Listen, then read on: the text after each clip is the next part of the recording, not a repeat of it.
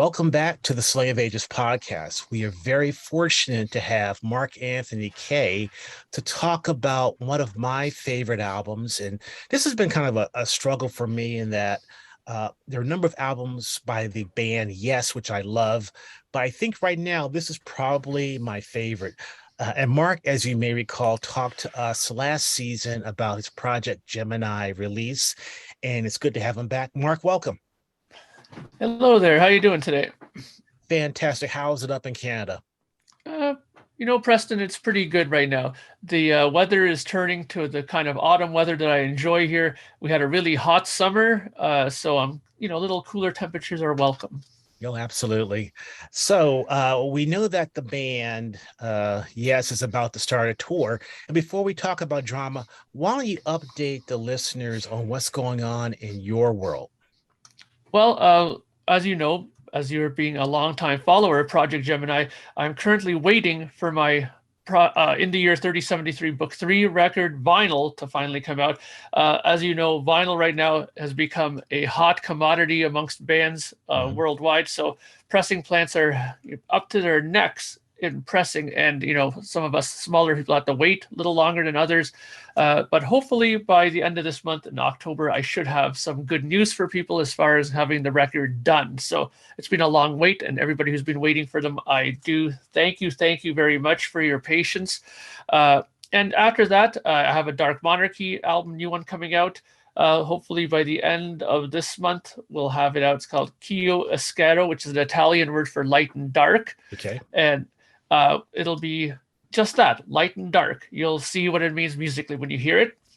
And I've also started, if you can believe it or not, I've started writing the next Projekt Gemineye album already while I've been waiting for all this other stuff to come about. So I'm pretty busy. So everything's good. Absolutely. And I think since we talked, you released Rock Music Volume 1 too. Mm-hmm. Tell us about that project. Well, that was it's kind of my more straight rock, hard rock kind of, I like a lot of 70s hard rock stuff. So it's kind of my outlet for those kind of riffs when I'm, writing music for other Dark Monarchy or Projekt Gemineye, and I'll come up with something. I'll go, oof, that doesn't sound good for this, but it could work perfectly for my hard rock record. So I kind of put those riffs aside, and that's kind of a kind of accumulation of those kind of riffs. And, I wrote a bunch of songs and wrote them about more, personal stuff. Like I wrote about one of my dog Jackie, who passed away. There's a song about her on the album, and just more personal stuff, memories of my teenage years and stuff like that. Things that kind of fit good with the kind of rock and roll aesthetic, right? Yeah, absolutely.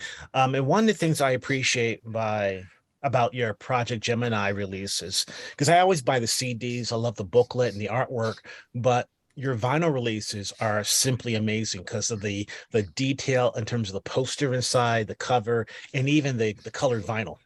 Yes. Well, I mean, I grew up in the era where people were just clamoring for those kind of vinyl releases. Like, if you think back in the 70s, I was really young in the 70s, but Kiss were putting out these records where you had posters and stickers and all this stuff. And me being a big Kiss person, I was kind of always wondering to myself, well, why don't bands do that now? Why don't bands give people some little extra for their money? I mean, right now people are so tight with money to begin with. Why wouldn't you want to give people some extra stuff? So I always try to put in extra stuff like this. Like I have a really elaborate download card for this album, right? And people love this. Like the last album I did a kind of long one that looked like a bookmark, and people told me it's fantastic. I use it for a bookmark, literally for my reading, right? So, and I have posters and and I make sure that, and this is the thing that's a big pet peeve with me, Preston, is record labels that charge us $40 and $50 for an album, but put these ridiculous paper sleeves that they put their albums in. They just scratch up the vinyl. Yeah. I always make sure I have anti-static sleeves, nice sleeves that it will keep your records preserved nicely. Yeah, we appreciate that. And if you're a fan of hard rock, if you're a fan of progressive rock, I couldn't recommend Projekt Gemineye, the Projekt Gemineye series albums more. They're fantastic, and as Mark mentioned, the artwork is incredible. The Dark Monarchy is a little bit different. That's his collaboration with Joe Bailey. It does rock really hard. It has a really great music, great arrangements, and great playing. Thank you very much. I mean, we really enjoy doing it. He brings in a lot of what I like to call British elements. He's really into that sort of orchestration, a lot of violins, and there's brass sections and all kinds of stuff in the music, and I really like it. And I think honestly, he has a fantastic voice, just a great voice, very melodic, great lyric writer as well. So it's always a pleasure to do records with Joe. Yeah, thank you for that. And I think it's a good segue now into the album we're going to talk about, which is Drama. And as most of you know, Mark is co-host of the Yes Music podcast, where they explore. I love the T-shirt, Mark. I have one just like it, where they explore the music of the band Yes, the progressive rock band Yes. And that's how I got to get to know Mark. Drama is the 10th album by the Yes Band. It came out in 1980, and it really is unique among the Yes canon in that it is the first album by this lineup. Now, some would say it's the only album by this lineup because they also did Fly From Here, Return Trip, but that's another story which we'll get into one other day. But this is the 10th album by Yes, and it also follows a series of albums that Yes had done with the original lead singer, John Anderson, and their second keyboardist, Rick Wakeman. And they were planning to get together in 1979 in Paris to do another album after Tormato, and that fell apart. Wakeman left and Anderson left, and it came up with some new people. Jeff Downs and Trevor Horn were invited from the Buggles to join the band. So that's a brief history. I think most people would never think that combination of musicians, Downs, Horn, Chris Squire, Steve Howe, and Alan White would work together, but in my mind, it did. And Mark, I don't think this is your favorite Yes album. I think your favorite is Relayer. Is that right? That's correct. Relayer is my favorite Yes album, hands down. But Drama, much, and I think I noticed this with a lot of the Yes people having done the podcast. I've got to meet and speak to many Yes people, which are all fantastic people. I must add, a great community to be involved with. But a lot of people have found this album to start going up in stature for them. I mean, when it first came out, people were kind of shocked by the whole thing. Oh my God, no John Anderson, what? No Rick Wakeman, So people were kind of surprised by it. But I think now, years and years later, it really has went up in stature. And I think one of the moments that happened, and I'm curious to get your reaction to this, Preston, is when they announced that tour that was just going to be like, White, Howe, and Squire, and they're going to play with some other bands, and then at the end they were going to do a bit of the Drama album. I think people got really excited about that, and all of a sudden this album just got back on everybody's radar, and it just went up and up and up in people's views, including mine. I mean, it was never at the bottom, but when I started hearing about this album again and gave it another chance, I went out and bought the CD and bought the vinyl. I was like, you know what, this is a really, really, really good album, very underrated.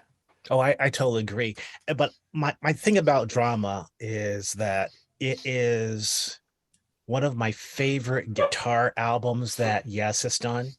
I mean, Steve Howe sounds incredible, and he brings out a whole group of different guitarists. He does his Gibson Les Paul Jr., he does his Fender Steel, he does a Telecaster, he does his ES 175, but his sounds are aggressive and dirty, as is bass playing by Chris Squire.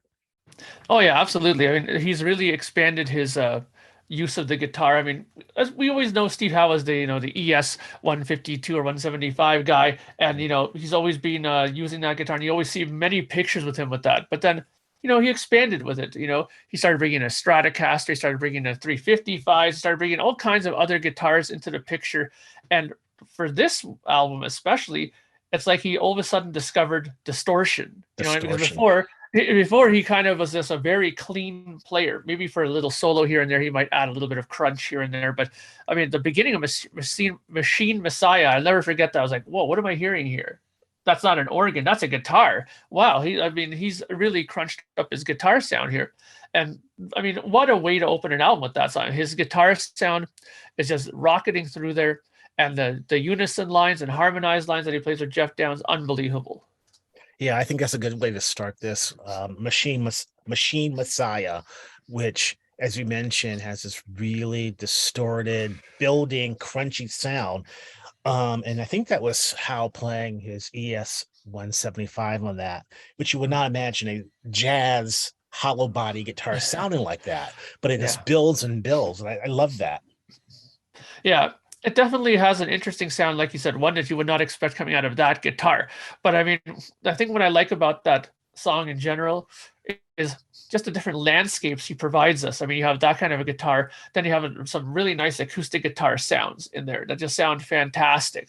And you know, he likes to throw in a little bit of reverb and stuff like that onto his sounds. And it just sounds really nice. Like, I mean, it has such a great attack and then, you know, softness and then back in, and it's just the whole way that he plays the guitar in this, I just really enjoy. And his lead guitar sounds, I think, are really, really well done on this song. Yeah, and I think I think you and Kevin Moran for the Yes podcast had on Tim Morris probably a few years back. And Mm. he talked about one of his books.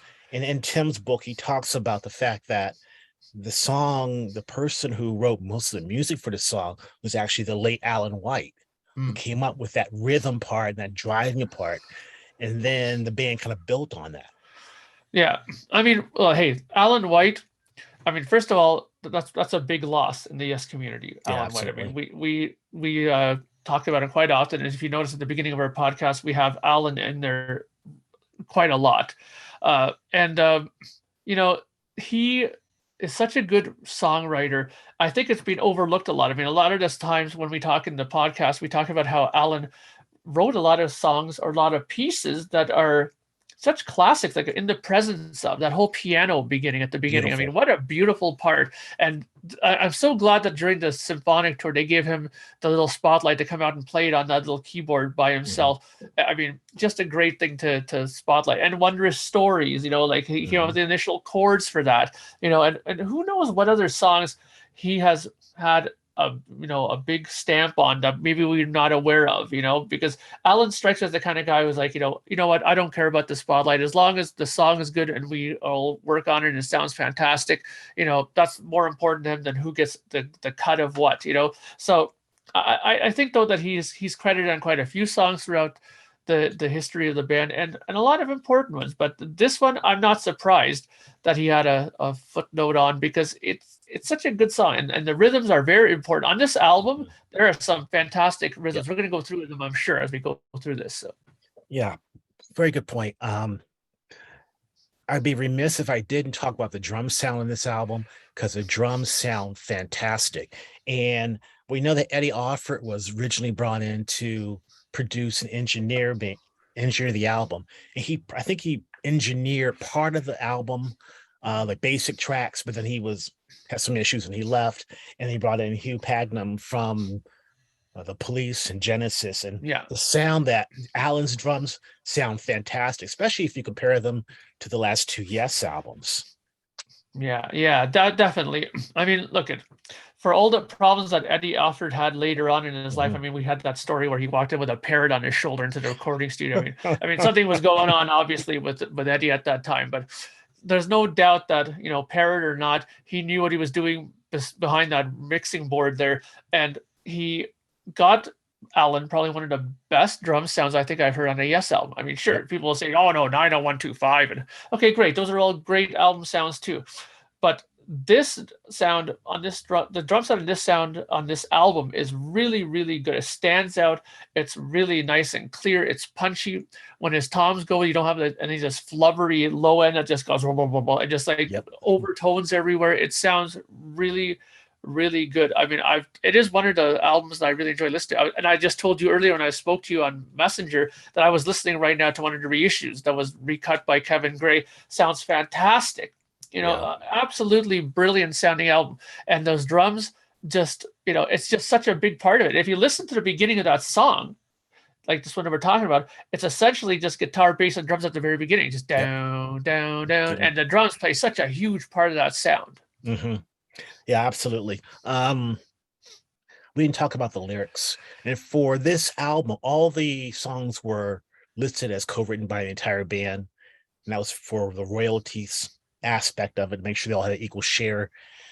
As we mentioned with this song, a majority was written actually by music by Alan, with the others contributing, but all the lyrics on this song were written by Trevor Horn, and he does an amazing job, not simulating John Anderson, but really providing a progressive rock type lyrics, because we don't quite understand what he's talking about. It seems mystical and moves the song along.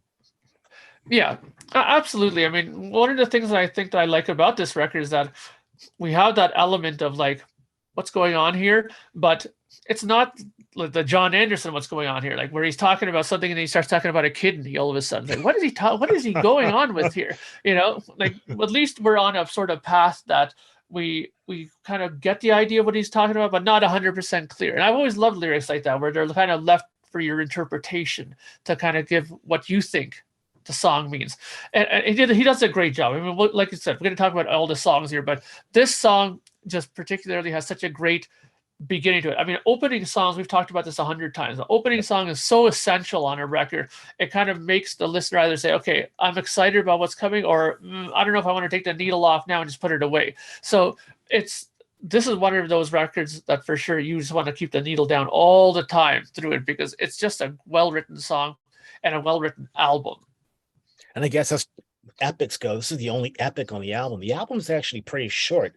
I think it's excuse me, I think it's about 38 minutes or so, Yeah. which is a good record. But yeah, the first song kicks it off. And then we get to kind of a head scratcher in terms of White Car.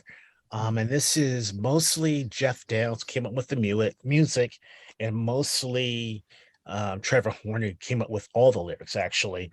And it's mostly played on a Fairlight CMI keyboard controller synthesizer with a little percussion from Alan. Yeah. This song is a sort of interesting interlude. It's sort of like, you went through this whole 10-minute epic and you're kind of like, whew, that was an interesting trip. And now this is kind of like the little breather in between the next song and the first one.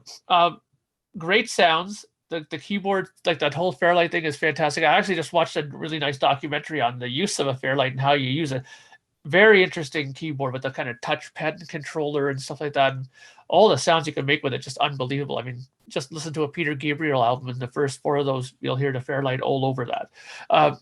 But just great use of it. And the fact that they write it about Chris Squire, he's the man in the white car, right? It's such an interesting sort of topic. I don't think I've heard very many songs by bands that talk about a certain member of their band in an album like that. Maybe the Beatles might have did it, the Walrus's Paul and all that stuff, right? But it's interesting sort of topic matter, and the fact that Alan provides some of the things in here that actually make it really cool is that little snare rolls and little percussions and little the sounds. timpani, yeah, exactly, just perfect little additions that if it's small, but if you were to take it out of that, it would be a totally different sound for sure of the song. Yeah. And I think that Jeff Downes did a great job writing a piece that was catchy, but not overly pompous. When I think overly pompous, I think of Cans and Brahms, where it's like so, but da da da da da. I was like, wow, what was he thinking? But it was, I like that song, but comparison, I think this is much more melodic, much more well structured, and it has vocals, which I always kind of prefer than a just strictly instrumental piece. Yeah, I remember seeing this on a topographical drama tour. I guess it was 2017, 16.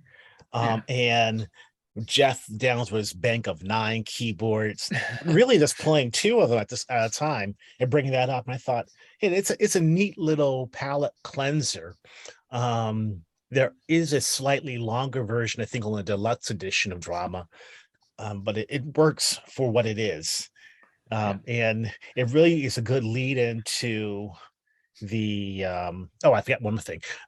Also, Alan White contributes play percussion in terms of marimba, and Alan was great at different types of hand percussion and tune percussion, not just drums. A great jazz instrument, which he uses in a rock vein, which works really well. Absolutely. Sorry, go on. Yeah, so the next song is Into the Lens, which is, I'm sorry, Does It Really Happen, which is one of the hardest rocking songs on the album.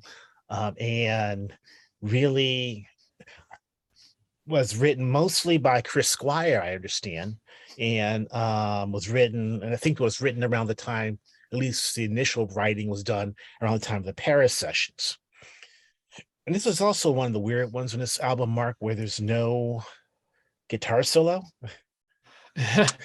Yeah, there's no guitar solo. There's lots of little intricate little lead lines and stuff like that, but there isn't a solo proper in this Hmm. song. But you know what? Do you really miss it? I don't. I mean, it's not that we're, not that I'm so sick of that Steve Howe and his solo. It's not that. It's just the fact that it's so well written and constructed. It's it's really didn't need it. You know what I mean? And there's songs throughout rock history and prog history where there isn't a guitar solo, surprisingly enough. And you know what? That's fine. Because when you have a song that's well written like this, and that just has so many little twists and turns and stuff, I mean, you don't miss that kind of stuff. And honestly, you being a man of the bass guitar, I mean, what a bass sound this Oh yeah. song has, and just that introduction to it, it's like you're right away at a full attention. It's like, okay, you got to put everything down now, and Chris is playing the bass, so I got to start listening here. Yeah, and I don't know what kind of bass he plays on this. I mean, I'm not sure if it's Rickenbacker or what, but it is so prominent. He gets such a great bass sound on this album, and you're right, it just jumps out. Um, yeah, I wish I had seen him play this. Of course, they didn't. I'm not sure if they've ever played this live or not until the Topographic Drama tour. Yeah, yeah. Oh, they did, I guess, with the original drama tour, but it was fantastic when Billy Sherwood played it on bass. But Chris sounds amazing here. You're exactly right. Yeah, it's definitely one of those songs that uh, I really enjoy. And one of the things that found that was interesting about the structure of the song is where just when you think it's done, it comes fading right back in with this Hmm. interesting sort of fade in, where it's like, wow, I never would have expected that to be done. And what a great sort of arrangement trick to put into a song. I mean, it doesn't come out feeling cheap. Like, sometimes you have these songs that come in and they have like a dead stop and they come back with something that just seems like, oh God, you're just doing Mm, this to give us an extra 30 seconds, right? right. But this was definitely thought out and had a logical, reasoning for it. Yeah, and another piece is that you hear the prominent Hammond B3 organ by Jeff Downes. He doesn't play like Rick Wakeman, but it's still there in its supporting role, and it sounds great. You have the marimba again from Alan White. You have those nice lead lines by Steve Howe, and you have another song where the harmony vocals by Squire are just as prominent as a lead vocal, and it all works. Oh yeah, absolutely. I mean, that's one thing about this record too that doesn't that has to be focused on. I think is the fantastic harmony vocals on this album. I Yeah. mean, not having John Anderson, one of the key voices of progressive music on a record, could be seen as a blow. But Trevor Horn does a great job on here, and as long as you have Chris Squire's voice on a record, you're going to be doing fine, in my opinion, because he has such a great voice himself. I mean, one of my favorite records is Fish Out of Water. And I Fish out mean, of he's water. just singing that all by himself there. Fantastic vocals. And I think that it's one of these songs that really are helped by the backing vocals on here. Yeah, absolutely. Then it brings us to the next song, which is Run Through the Light, a little bit slower pace there. This is unusual in that it has Trevor Actually, it's Into the Horn. Lens. I'm Into sorry, the Into the Lens. Lens. You're right. Yeah. Yes. Into the Lens, which is a redo of the Buggles song I Am a Camera, Yes. which was mainly written by Trevor Horn with harmonies by Chris Squire in this case. I think it has Howe on Telecaster. It also has Howe playing a steel guitar lead and solo. And it has, I think, the first appearance on this album of the vocoder by Jeff Downes. Yes.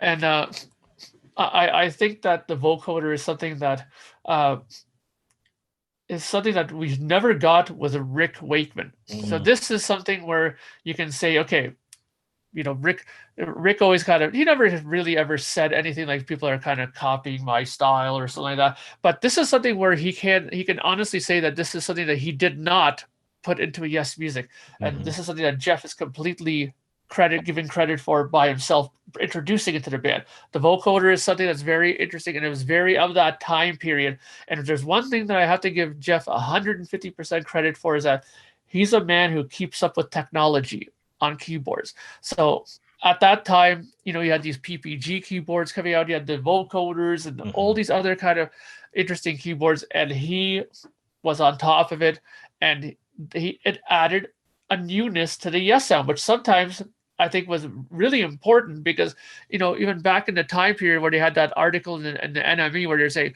Yes, we're the new rock dinosaurs. And this is back in the 70s. So, you know, keeping on top of sounds like this help a band stay out of that sort of bracket and, keeping current and people saying, well, you know what? They don't sound like dinosaurs. They actually sound like very relevant to what's going on now. Well, I think you hit it right on the head because, first of all, the keyboard sound modern. They're not, and of course, Downs was a different player than Wakeman or Patrick Moraz, but they're much more deliberate. They're not. There's no fluff in terms of his keyboard playing. Also, the guitars in this album are more aggressive. We already talked about the drum playing. The songs are not all short. They're pretty meaty Mhm. songs, but the arrangements are really well done. And this album really shows, if you compare it, some of the deficiencies in an album like Heaven and Earth, when they didn't have really tight arrangements, they didn't really work through the sound, they didn't get the drums right, and the guitars were really not up to snuff in terms of the mix. Yeah. Yeah, absolutely. I mean, this album in general, uh, even though it was, I wouldn't say it was rushed, but they had a tour that they had to think about and get Hmm. ready for. So, that could account for maybe the album was being 38 minutes. But between me and you, I've always loved albums that are 40 minutes and less. Yep. Better to leave people wanting more than to say, oh God, when's this going to end? So I think that it's a very well written in terms of pacing, in terms of the length of it. I mean, like you said, it's a meaty song. It's 8 minutes. A couple of these songs are in the 8 minute bracket. Hmm. One of them is 10 minutes. So I mean, it's not like we're getting robbed here of anything. They're giving us some very good uh, music in terms of leaving us satisfied with stuff. I mean, I really like this song, the sort of interesting vocal interplay with the I am a camera and all these little Hmm. segments that they do there, and the little lines again in between in the chorus, take heart, like those little lines are just great, just something that's so Steve Howe. When you hear that, you know right away it's Steve playing and not Trevor Rabin or somebody. So Right. I really think that you know sometimes people focus too much on, let's say, guitar solos as opposed to like focusing on what he does throughout the songs with the verses and the choruses. It's not just him playing chords and just he's actually contributing to the melodic structure of it. Yeah, and it's interesting too because Hal did not record his guitar parts with the band, at least his lead and solos. He did that totally separate in a separate studio. And it's probably the second or third time in the Yes history he's done that, where he's taken the time to be away from the band and do his guitar work. And even he did that even with Anderson, Bruford, Wakeman, and Howe, where he didn't go to Montserrat. He did his parts in London. Yeah. Still here, it's so seamless. And it's a great lead into the next song, which is Run Through the Light, with, Yes. like I mentioned, the fretless bass playing uh, uh, by Trevor Horn, who's an Mm. accomplished bass player. And decided, well, actually, it was Chris Squire and encouraged him to play the fretless over the weird time signatures. And then you have Steve Howe playing his red Les Paul Jr. here, and Chris Squire, I believe, playing a clavinet keyboard, not a piano, but clavinet, and it works really well. Yeah.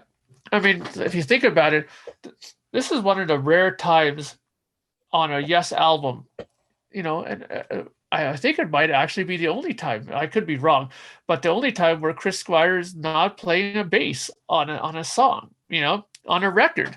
You know, Maybe that might have happened Yeah, I think in it other happened once spots. more on The More You Live, The More You Love, Oh, okay, yeah, yeah, on Union, yes, where Billy uh, played it. yeah, and yeah, that's true. Good, excellent point there. So I think that again, where we talk about how different this record is, and how, you know, it took people by surprise. I'm sure that when people were looking through the credits, like people like me and you who love looking at credits, our eyes probably dropped out of our sockets and go, what? The Chris Squire's not playing bass in this? What's going on here? You know, did he break his hand or something, or what happened? You know, but it's a, that to me shows one thing. Number one, Chris is very, very confident in his bass playing. He has no worries about him as a bass player in the light of the music community. And I think it also shows that, hey, you know what?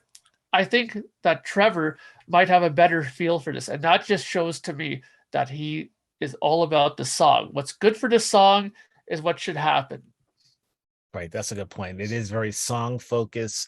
This album shows a whole band which was really firing on all cylinders. I do have a confession to make to you, though. I had never heard this album until I started listening to the Yes Music podcast. I don't remember when it was released. I never heard it. I never heard Tormato. I never heard Relayer until I started listening to the Yes Music podcast. And that was more than, I guess, 6 or 7 years ago now. So thank you for that. You turned me on some really good music. And then we have the final song, which is probably one of the more popular songs in this album because they've played it a number of times since John Anderson left the band. And I think they played it when Benoit Davis started the band, and then started with the band, and then now Benoit David, and now John Davison. And that is Tempest Fugit.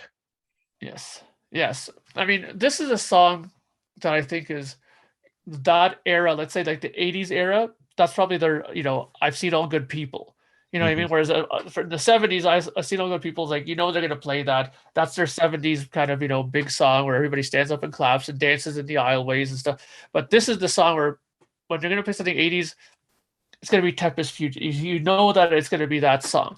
Now, for me, and I'll make a confession too.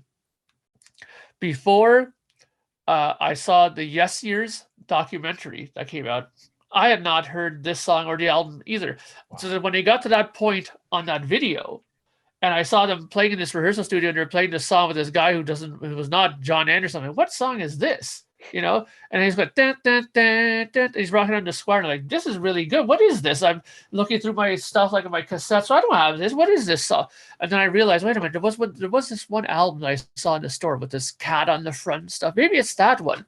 So sure enough, not long after that, I went out and grabbed it. Like, aha, here it is. And of course, it's the last song. So I'm listening through the whole record going, I don't hear, where is this song? You know? And then finally at the end, the payoff comes, right? So, but what a great song. Again, one of these songs where the interplay between the guitar and the keyboards are so strong. Like if they're not on sync with each other, it could just fall apart so easy, and they just play this just brilliantly.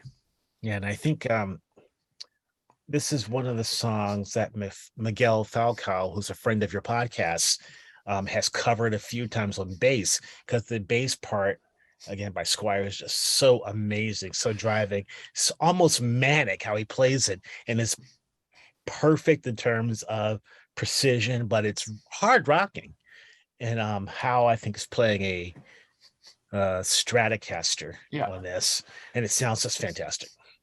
Yeah, I mean, this is one of those times where he pulled out that bass that has that internal effect system in it, where he can change those little cards, and he can get like some flanging effect, or he can get some kind of weird delays and stuff like that. And that flanger phaser sound that's on there is so prominent in that whole do do do do do do do do do do. They can hear that effect on it. It's just so trademarkish for Chris Squire. And I remember when I had Billy Shearwood play on my album of In the Years 3073 Book 2. Wow.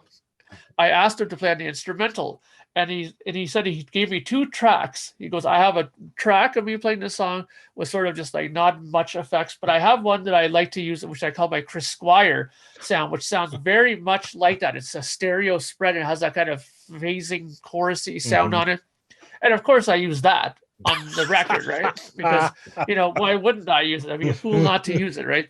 So, but that just shows you right there. I don't know many bass players, or maybe there are some other bass players, but not many that have such a signature sound where you can say, you know what, I'm going to use that Chris Squire sound. You know what I mean? Like, nobody says I'm going to use that Cliff Williams bass sound from AC/DC. It's, you know, it's just like plug into any bass sound, right? I could play so, that.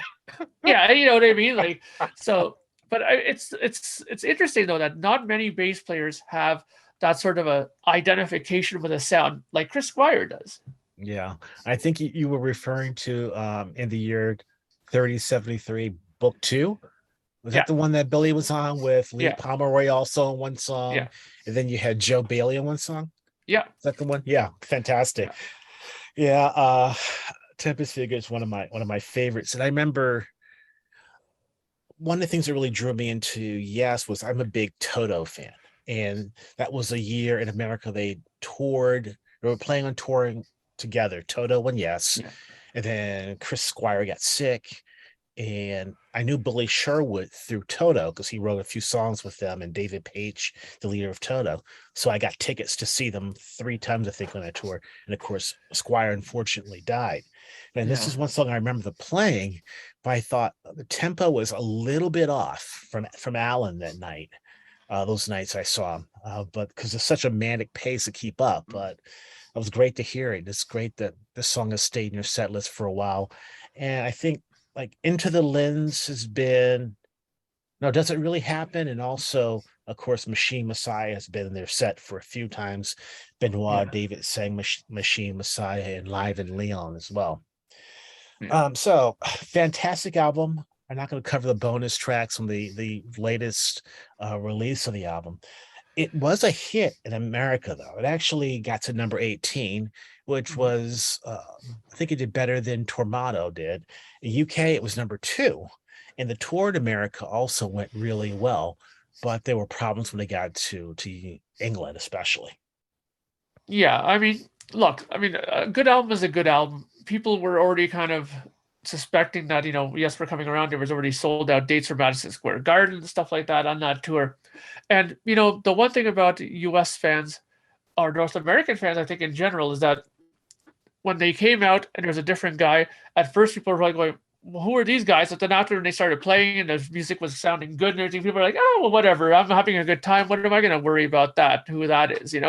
Whereas in England, you know, John Anderson is very much reflective of England. There's people always kind of attach themselves saying, John Anderson is a UK man.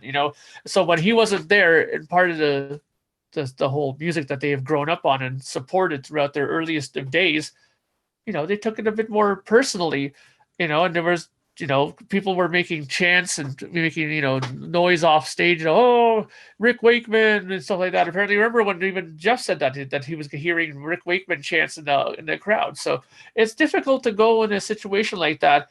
But you know what? They went through it. They got through the tour, and okay, maybe Trevor didn't end up staying in there, but hey, he ended up being a producer of great magnitude, so it all worked out for everybody. Yeah, Trevor's been involved with I think 4 albums. He did Cristiano 125 and Big Generator. Well, somewhat Big Generator, and then of course the Fly from Here, and then Return Trip, if you want to count that as well. So he's been a huge part of the band for a long time. And there are other members who people who were members at some point who I wish I had more involvement in production, like Oliver Wakeman. If he had done a full album, that would have been great. But Yeah. they had a great career, and they have a great career. They're touring America summer of 2022 for the 50th anniversary of Close to the Edge. Yeah. I mean, that's fantastic. I'm so glad that they're out now and playing full tours again. I mean, there were so many times they announced stuff and they had to cancel it. Mm-hmm. I mean, now that they're out and finally doing it, I know Billy was very excited about that. I mean, I remember talking to him a few times. He was so frustrated about the fact that it would be starting and then canceled and starting and canceled. So it's good that they're going out there. 2 things I just want to say before we wrap things up is that Sure. I forgot to mention David Donnelly, who also played on my Book Two album on bass as Right, well. He's a right, friend right, of mine, right. and he's been involved in a lot of big bands in the UK. He's been involved with Tony Visconti and with Glenn Matlock and a lot of other people in the music business that are pretty big names, right? So, though I wanted to mention him in that especially. But one thing I wanted to mention too, you mentioned Oliver Wakeman, and I'm so happy that they finally released that EP that came out. Was it Turn of the Page or whatever it was, that Yeah. had those songs on there? I mean, those songs, and I know you must have heard me harp about that on the Yes Music podcast. How I thought to myself, these songs should have appeared on this album. I think that they should have came on and maybe took off some of the ones that were on there. That's in my opinion. I mean, that one, that Tiger, I forget what it's called on Return Trip. But even there's a couple songs in there that I think that they could have replaced those ones and put the songs that Oliver wrote on there. I thought were much stronger. But Yeah. I'm not in Mark, the band, so I have no say on it. you're I mean, you're exactly right. From a Page, which came out, I think they released it separately in 2019, and it's also part of the Live and Leon box set. Had 4 great songs on them, and I think 3 of them were written by Oliver Wakeman. I would have loved to have an album with just him and that band at that time. And it's unfortunate, at least we got this. It's unfortunate they couldn't find some way to work forward with him, but things are what they are of the Yes world, and things quickly change. Yeah. Yeah. Well, at least we got a good live DVD with him on there with the Leon, and I'm happy that he is documented as part of Yes history, because I think he's very important. Yeah, and we'll just skip over heaven and earth then. Mark, is there anything else you want to add? No, I think we pretty much touched all the bases that we did on this album. I mean, again, I think it's a great album, and I think it's very important. I'm glad that you brought up that it was a top 20 album in the US and a top 5 album in the UK. I mean, so that's got to say at least, what not only at least what the media is all thought about the record. Yeah, absolutely. So thank you, Mark, again for all your help with this podcast and your work on the Yes Music podcast. Your music, your Project Gemineye, and your solo stuff has been really fantastic and inspiring for me. I love the Dark Monarchy. I'm looking forward to your new releases, and I appreciate you. Thank you very much, Preston, and thank you for having me on. I really enjoyed talking with you. Yep. Take care.